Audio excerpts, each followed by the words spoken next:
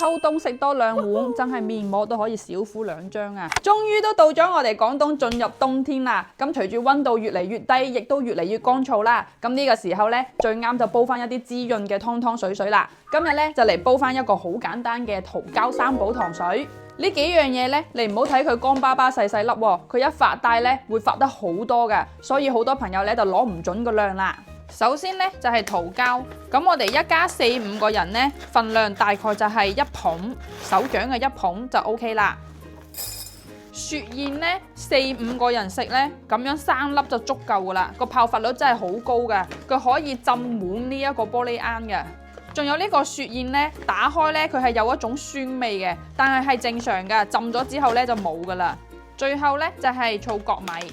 醋角米咧，佢個泡發率唔係特別高，所以咧你就可以擺多啲，浸咗之後咧，佢好似啲珍珠奶茶嗰啲珍珠咁嘅口感嘅。我哋泡發嘅盤咧，寧願多都唔好少，浸滿晒個盤咧就啱噶啦。天時凍咧，我哋就擺喺室溫嗰度泡發就得噶啦。如果天時熱咧，就最好擺喺冰箱冷藏嗰度浸佢1晚。3樣嘢咧，我都已經提前浸咗1晚噶啦。呢個桃膠咧，亦都算係好乾淨噶啦，粒粒都晶瑩剔透，冇乜雜質。泡發出嚟嘅桃膠咧，都冇咁多黑色一粒粒嘅嘢。嗱，呢個雪燕呢，琴日3粒就發咗咁樣1兜啦。醋角米呢，佢唔會發大好多嘅，但係泡發咗呢，佢個口感呢，真係有少少似珍珠奶茶嗰啲珍珠嘅。呢桃膠3兄弟呢，個品質真係算好唔錯噶。咁我呢，就擺喺視頻嘅左下角啦，有需要嘅朋友呢，就可以睇下，價格亦都算係好靚仔吓。嗱，我哋要等水滾咗先擺材料入去，咁樣先冇咁容易黐底嘅。先擺入桃膠同埋醋角米。雪燕呢，我哋最後5分鐘再擺，因為滾得耐呢，佢會溶噶。跟住再擺入紅棗同埋薑，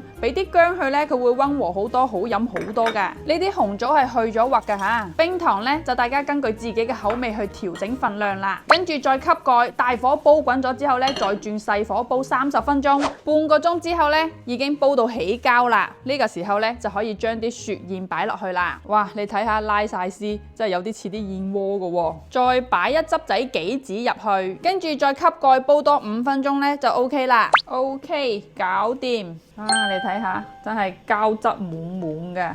煲一煲呢，就夠晒成家大細食啦。食唔晒呢啲呢，唔好咁快擺入牛奶或者椰漿。我哋用個玻璃罌擺喺冷藏嗰度，可以擺得3、4日噶。食之前再根據個人口味加入牛奶或者椰漿。求求你們一定要試一下秋冬美女必備甜品。哥哥起啦！